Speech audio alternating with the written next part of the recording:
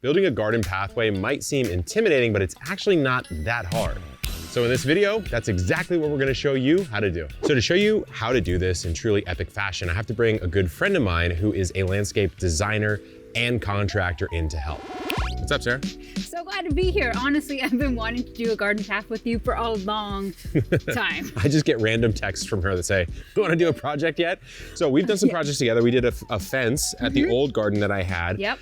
But you have actually helped me with quite a few little things around here, including the pavers that we're gonna connect to this greenhouse. So the first question I have is, when you're thinking about designing a garden path, what do you have to consider? Because technically I could walk here. Technically it's a path. Yeah, technically it's a path. It's not very aesthetically pleasing. It's not defined. So I think, what are we gonna use the path for? I want to get from my sort of hardscape over there to this pond patio area. So maybe a little offset there. Yep.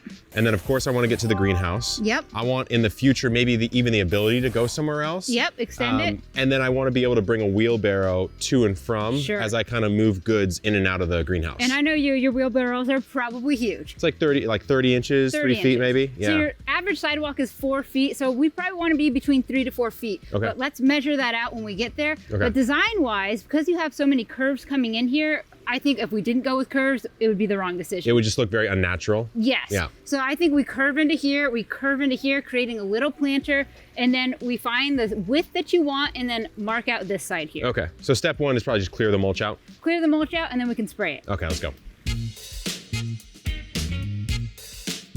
Okay, so we're cleared out on the mulch, Sarah, and you gave me this pro tip, which I did not think about, to wet the ground so that paint will actually stick and it doesn't kind of blow away. Yeah, it'll stick and it'll make it a lot more clear to see. All right, I have an idea of where I think the curve should go. Big, like wide, sweeping, and inviting curves are the way to go. So, whoops, something like that. Yeah. And then I think we define this side as well, and we just come off of this edge. Yeah, this little entrance point right here, right? Yeah, and I think giving us like a 2-foot planter is great.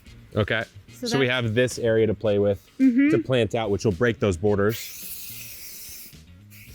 Yeah, I just think adding some softness in between would look really nice. Sure, okay, I like that. So that could eventually shoot into a new path if you wanted. Now here's where we want to figure out our distance. So we can measure it out with a tape and or bring your wheelbarrow in. I think let's do a tape minimum. So you said a sidewalk is 40. What, we do 42, that'd be 3.5, right? 42 sounds good, yeah. So I'll just kind of So that'd be there, yep. mark that. Okay, so then we want to bring this off in a pleasing way to kind of come over here, right? The core components of a garden pathway are what? So we need our infill material. Yeah. And the edging material. What you walk on. Yes. Yeah. So what you walk on is the infill. Yeah. And what you have on the outside is the edging. Okay. For most garden paths. So you could use a rock edge, you can use brick edge, you can use composite edging. You could buy, there's like some cheap black edging you can buy. I don't recommend doing that. Yeah. It never holds. Yeah. So you have a bunch of different options of what you want to hold in the infill with. Okay. And they are important. So I like natural. We sort of have a rock edge right there. Yep. Let's stick with rock. And we're gonna do decomposed granite on the inside. We actually want to make sure we're not going to hit any utilities. So I think there might be irrigation through here. We just want to dig carefully. And anytime you dig, you just need to be conscious of it. Yeah, I've been there before. So I'm trying to dig down like what? Halfway? About 6 inches. Okay.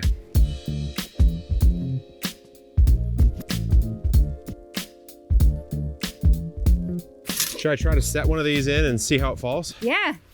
So is there something to like, it's a bit of an art, right? To the placement here? And I'm kind of picky, I'm not going to lie. So are you more of a flat edge against? Or would you prefer like this rocky angle? I kind of like the flat edge, but no matter what, they're all unique. So it's going to just vary. So if I'm in here, I'd say, yeah, that's good. But also things I look for is how they key into each other. Yeah. And so you might be getting a workout trying to Jenga this in, huh? a little bit, like if you can kind of put pressure and like find one that slopes this way. Yeah. Now that's getting kind of technical, but the more that you can kind of puzzle them in together, the stronger they'll be together. So I could go ahead and say like, hey, this is my end point right here if I want. Sure. Right? The only thing I don't like about this is it scoops straight down to about level here. Yeah. And you want your path to be level with here. So now when we fill this in, you're gonna have a gap here. Doesn't mean that we can't fill it in with a baby rock later. Problem solved? Yes, that's better. That, yeah, like just that? like that. Yeah. Up like that. There we go. Yeah. Okay. All right, so I'll clear the rest of this out to about this width. So this is a great time to add a sleeve, AKA a pipe, so that you can run future lighting or irrigation, and that way you don't need to dig up the path in the future. Okay, I mean, this looks pretty good to me, Yeah, Sarah. I like the curves. Nice little natty curve. Missing a couple stones, which we'll pick up tomorrow, but we do have this to finish, the landing. Yes. Right? And we're gonna do some flagstone, guys, which I'm a huge fan of, but it doesn't, like if we were to just put it right here, it would not look very good. You'd have to like step up into this. So we wanna kind of match the surface. Sure. Yep. So we're gonna grade the decomposed granite up to here. So for our flagstone base, we'll just add 2 or 3 inches of decomposed granite compacted, and then we'll add our flagstone, we'll level them, and then infill them with decomposed granite. So we're just sort of puzzle piecing that together and only using decomposed granite, which is like a good sort of makeshift DIY base. Yeah, and the flagstone is very forgiving. You can be very organic, you can do tight joints. It just kind of depends on what aesthetic you want. Okay, cool. Well, let's hit it. Day 2, baby. We're back. We let the water soak into the decomposed granite. Now we can tamp it down. Once that's done, we'll lay the flagstone, and once that's done, the path. Exactly.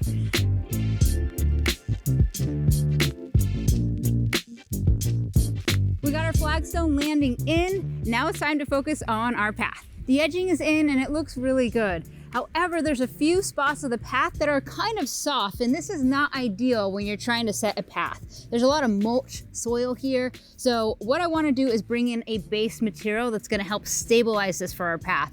We're particularly going to use a class 2 base, which is 3/4 gravel, and it also has fines in it. And when you tamp it down, it gets really stable, which will be great for this. Another thing we need to do for our path is to lower the grade. We want to meet the flagstone grade up there. So this area is actually pretty good, but we have pavers and we have flagstone here that we need to drop the soil about 3 inches and then meet the grade over here. So basically we just need to dig down a little bit to make room for our infill. All right, for the infill, we decided to use decomposed granite, which is the same material we use for our flagstone patio leveling and infilling in between the stones. Now, decomposed granite is a really cool material because it's actually really affordable, it's DIY friendly, and it comes in a few different colors. So for this pathway, we're infilling it in here. Over time, decomposed granite will continue to compact into itself, making it a great material for a garden pathway. There are 2 popular types of decomposed granite. One is just natural, where you get the naturally weathered decomposed granite granulars. You put it in and you let it be. However, there's another option that you can get it with a stabilizer. And the stabilizer is either a polymer, a resin, or psyllium husk, which is the most popular, mixed into the mix when you get it from the stone yard, and you bring it in and then you compact it that way. It makes it a little bit more like concrete, but it's not as hard as concrete. So depending on what you're using it for, since this is a casual garden pathway, we're just using the natural material by itself without the stabilizer. Another thing to consider when using decomposed granite is it's really good for arid climates, but it might not be the best material choice if you're, say, in Washington or an area that rains a lot and it's moist outside, you get a lot of snow. You might consider using something like a smaller gravel or something instead. That's pretty much all there is to it. Now we're gonna start grading. When you lay out your decomposed granite, you wanna screed the top. So I started with a pile here, and then I shoveled it out a little bit, and now I'm using a 2x4 to pull the excess material down into this area. And what it does is it gives me a nice smooth ramp, which will be a lot easier to tamp down later than leaving it all undulated like this. And also when you're doing decomposed granite, we're doing it straight on the grade because I actually like that the decomposed granite is gonna work its way into the soil and create a nice bond between the two. I think that's great stability. However, if you've seen people do it with landscape fabric, that's correct too. So you can put landscape fabric and then your decomposed granite. It's just not my preferred way to install.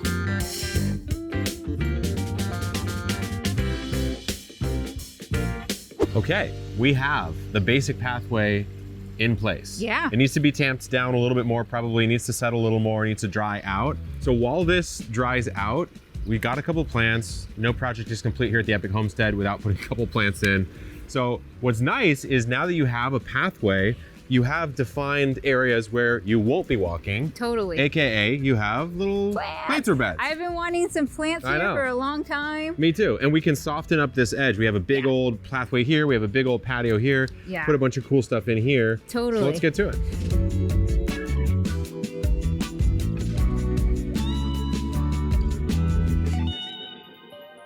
It's been a couple days. The day after we built this, it rained.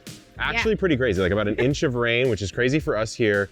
And I didn't see any wash away or anything like that. Yeah, we really didn't have any issues, but if you did, it's good to keep like a 5-gallon bucket to the side of extra decomposed granite, and you can always just like fill it in hand Just kind of like patch it and slam it down. So it's easy to build and it's easy to repair if you had to. Yeah, I mean, I'm honestly extremely pleased with this path. We've got some more paths coming in soon. Hopefully this video helped you to do a simple, beautiful DIY path that you can put some beautiful landscaping in. Thank you, Sarah, for helping me out. You'll see her soon on the channel this season. Good luck in the garden. Keep on growing.